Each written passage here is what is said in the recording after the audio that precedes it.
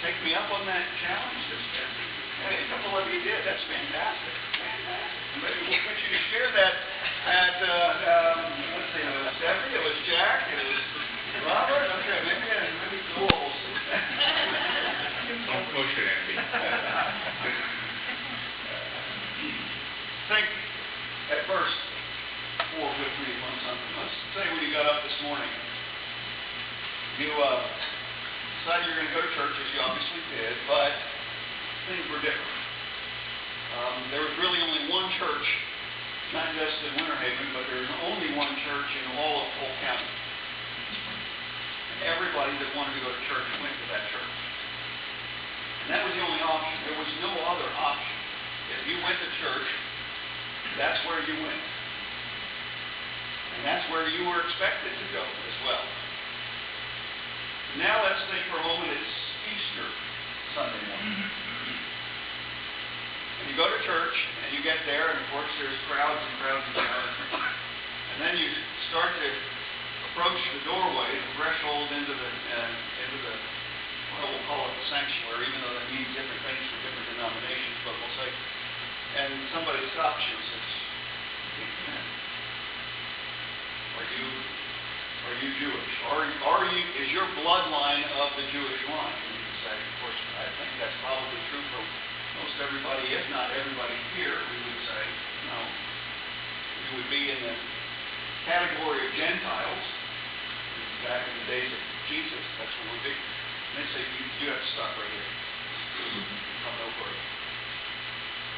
You can worship, but that's, physically speaking, that's as far as you come and no further.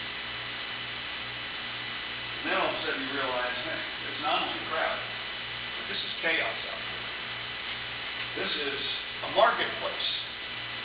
There's all kinds of people running around, selling this, selling that, doing this, and I'm expected to worship here. Well, in a way, that's a little bit about what Jesus ran into in our gospel reading today in John chapter 2. Let me back up just a little bit more and set the context for us for this. Number one, keep in mind that John actually wrote this, recorded this gospel in the late 1st century. In the late 1st century, if you remember your history, the temple that they were walking around when this would happen was actually destroyed in 70 AD. It was razed to the ground, basically. That's why we only have the Wailing Wall that's left over there now. That's basically the only thing that was left. And so Jews who said, well, I got to worship at the temple in the late 1st century, that they were just beside themselves. So as you keep that in mind, and we go through and hear what Jesus said and what happened here, and what he said and what happened here was actually really, really good news. And I'm sure they'd heard it before, but John was recording it for their benefit as well as ours. And keep in mind also that maybe as you were to, say, continue to read through John's gospel, that one of the main, what's the right word, foci? One of the main focuses, whatever, you know what I'm trying to say, for John to write his gospel is, how do we meet God? How do we meet the Father? Think for a moment, just a little bit later on in the 14th chapter, where he says, I am the way, the truth, and the life. No one comes to the Father but by me. How do we, it's kind of one of the themes of John's gospel. How do we have relationship with God? And then think back earlier, before this passage, this is in John chapter 2. And if we just look back at chapter 1, we recall how Andrew and Simon sought after Jesus, and then Nathaniel and Philip sought after Jesus. And it was Simon and Andrew, or Andrew said to him, where are you staying? And Jesus said, come follow me. There's that encounter between those four and Jesus that was where he said, let me show you my life. Let me reveal myself to you in a way that we might say it today. In other words, come in a little bit closer. And then after that, we move into chapter 2, and the first thing we come into is that episode of Jesus changing water into wine at the wedding feast in Cana. A lot of things to be said about that, but one of the things that episode points to is that when Jesus is involved with us, our lives change. Just as water changed to wine. Not just any kind of wine, but go back and read it. The steward of the wedding feast said, this is the best wine. So at least of all the things we can say about that, that's one thing, that when we encounter Christ and we have Him in our lives, then our lives take on a whole new dimension for us. Not just glorifying to Him, but better for us as well. It's in a way transforming the ordinary into the extraordinary. Water and wine. Transforming, now you think, moving on into this episode with the temple, transforming our experience maybe of an ordinary temple experience to, again, the extraordinary possible. An encounter with God. And so we come to this pericope of Jesus cleansing the temple. Why do people go to the temple? They go to the temple to encounter God, to meet with Him. Why do people come to church today? Hopefully it's to meet with God, to encounter Him. And that happens in lots of different ways. And so Jesus, on this particular feast day, it's a Passover, remember, this is one of the 3 major feast days of the year where all the Jewish men were told, you got to come to Jerusalem. So they were coming from far and wide, hither and yon, as they say.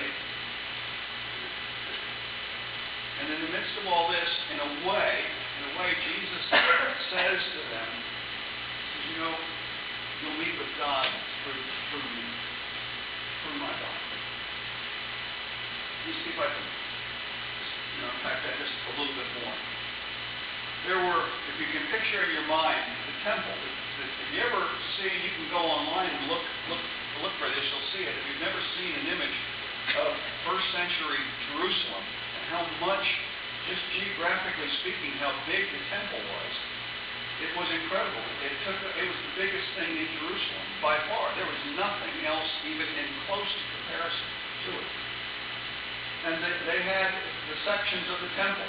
You'll have the inner courts, where it's often called the Holy of Holies, where just the priest goes once a year. And you move out a little bit from that, and you got the court for the priests, and a little ways off to the side, you got the court for the men. And then you come back out a little bit further from the Holy of Holies, you have the court for the women.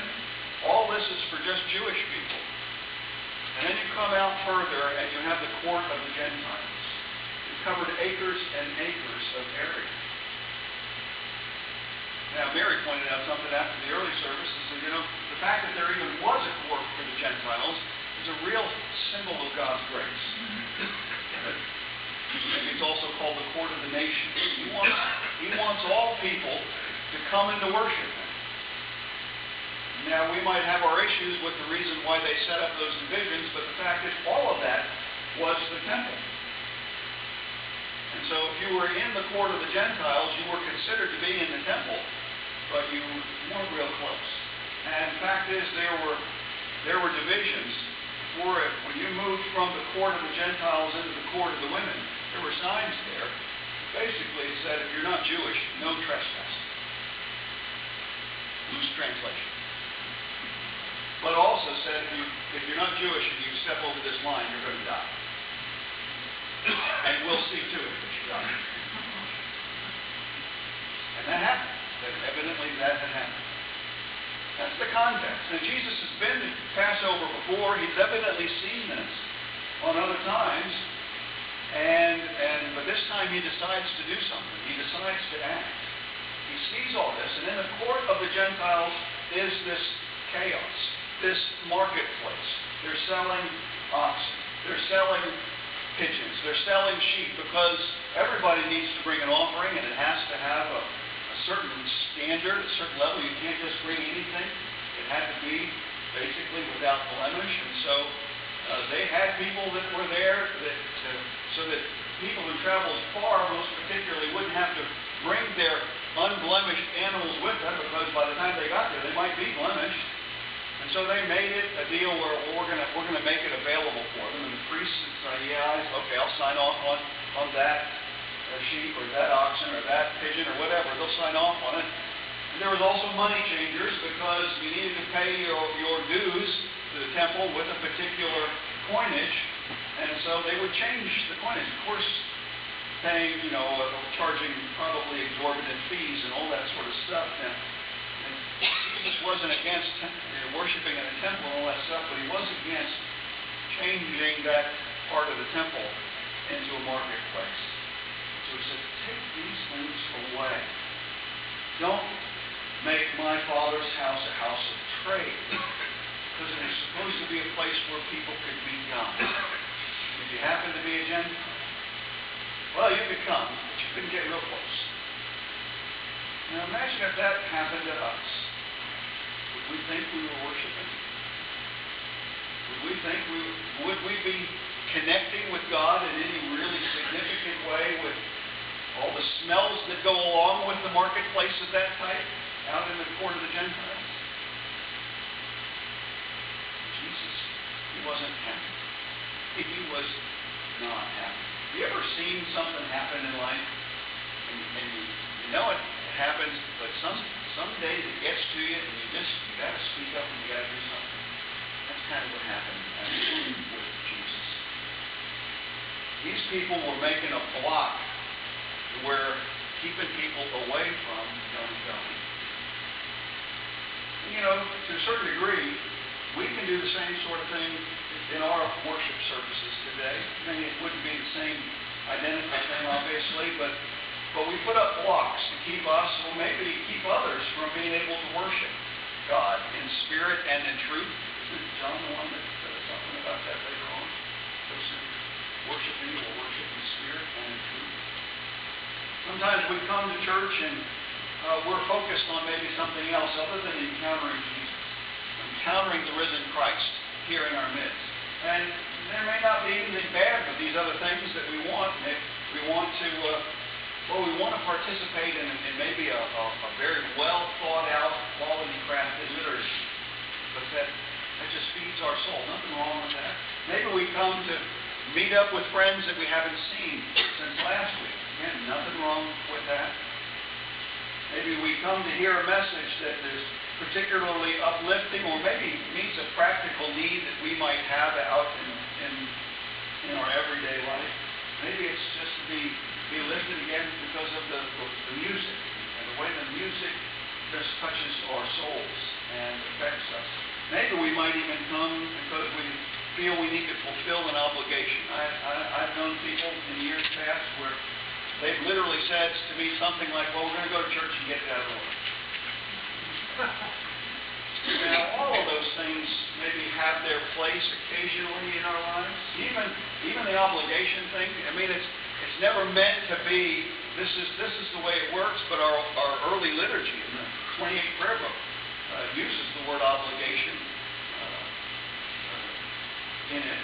And so there are times when we go through those obligations because I made a commitment, I'm going to do this because, well, for whatever reason, emotionally, we just don't feel like it. And so the discipline carries us through those times. The whole idea is that worship is supposed to be an encounter with God. I mean, the formal times of worship, most particularly, but certainly not the least of times. And so all those other activities are kind of like, maybe think of it this way, the spokes on a bicycle wheel. Just kind of draw that image up, if you will. As that wheel functions, it's attached to a bicycle, there's only one point in the wheel that touches the ground, but the spokes are, as the wheel moves down, there are times when the spokes are much more important than other times. They all work. They all come into play. And it may be one moment in time we need the fellowship of the faithful. Another moment in time we need a message. And another moment in time we just need to obey.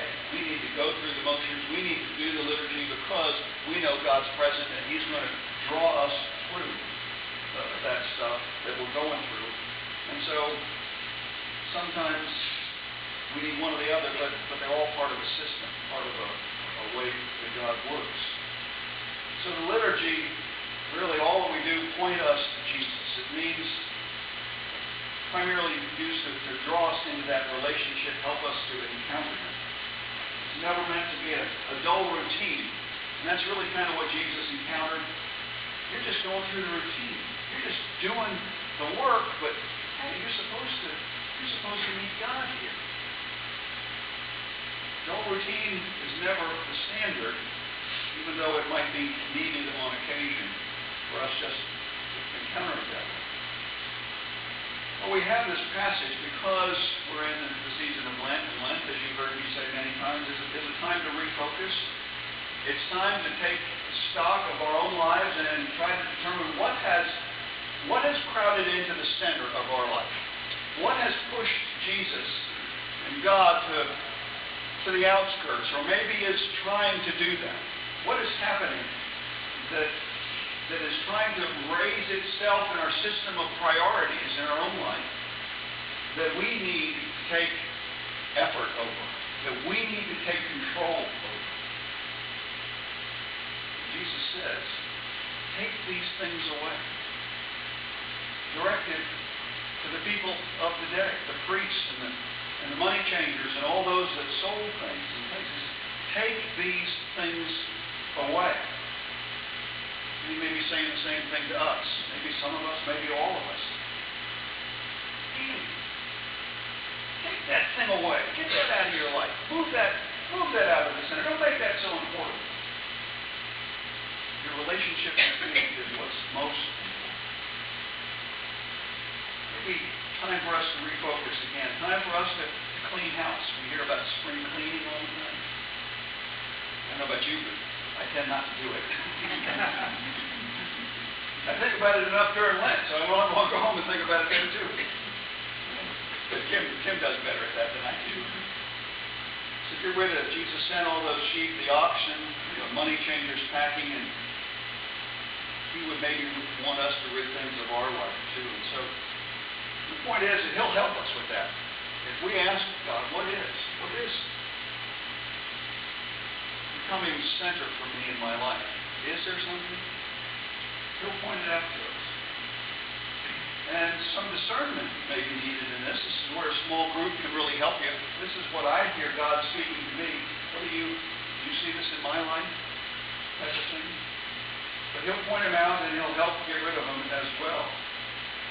So that all will be a benefit to our encounter with Him, our encounter with God, our relationship with Him. Because He wants that for everyone. So one might say, in what ways does Jesus overturn the tables on us right now in Lent? What things maybe He's saying, pointing to, and take that away. Get that out. It's not just go through the motions. It's really encounter God through Lent. And some of us, if we tend to go through the motions, or if this emotional connection with God is something that is maybe foreign to you, or it's been a long time since you've had one, that might be something to be cautious about even in and of itself. As I was preparing for this message, one of the illustrations that I came across, maybe some of you might remember it, comes from the old Godfather movies, the third one. And there was a poignant point in that movie at one point where the Godfather, remember the name Mr. Corleone, for those of us who saw the movie? He had to go visit a Cardinal Lamberto, tell him that he had some really bad news for him, that a legitimate business deal that involved the Vatican Bank had gone bad. The bank was run by an archbishop and a coalition of Catholic businessmen, and I don't remember the context, but from the response, you could tell that there was some, not just going bad, there was some real deceit and problems that had happened there. And the Cardinal had something really profound to say at that time. He said, he had a stone. He said, look at this stone. The stone has been laying in the water for a very long time. And the water has not penetrated it. And then he smashes the stone. And he says, look, perfectly dry. He says, the same thing has happened to men in Europe. They have been surrounded by Christianity for centuries. Christ does not live in their hearts. Profound.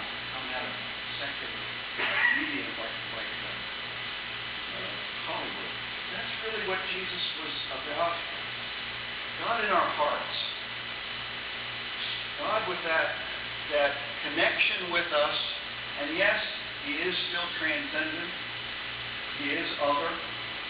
And yes, He does want us to encounter Him in formal times of worship, but it's never just kind of rote.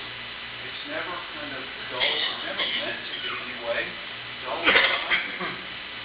Jesus says in order for that to happen to other people, get those things out. Remove them. Don't turn my Father's house into a marketplace.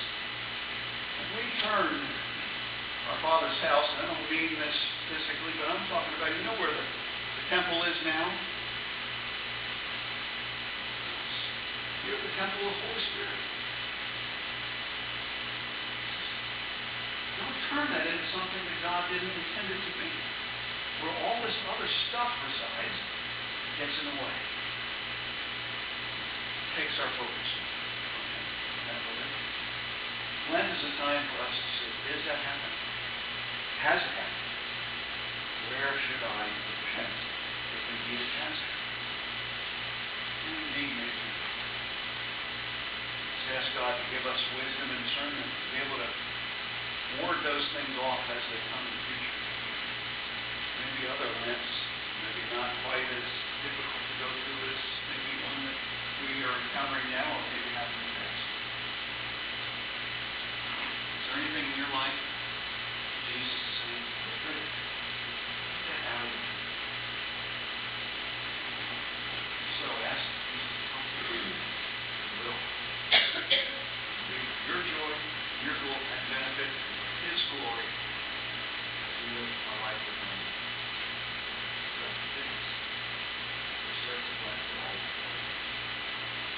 Father God, thank you for today.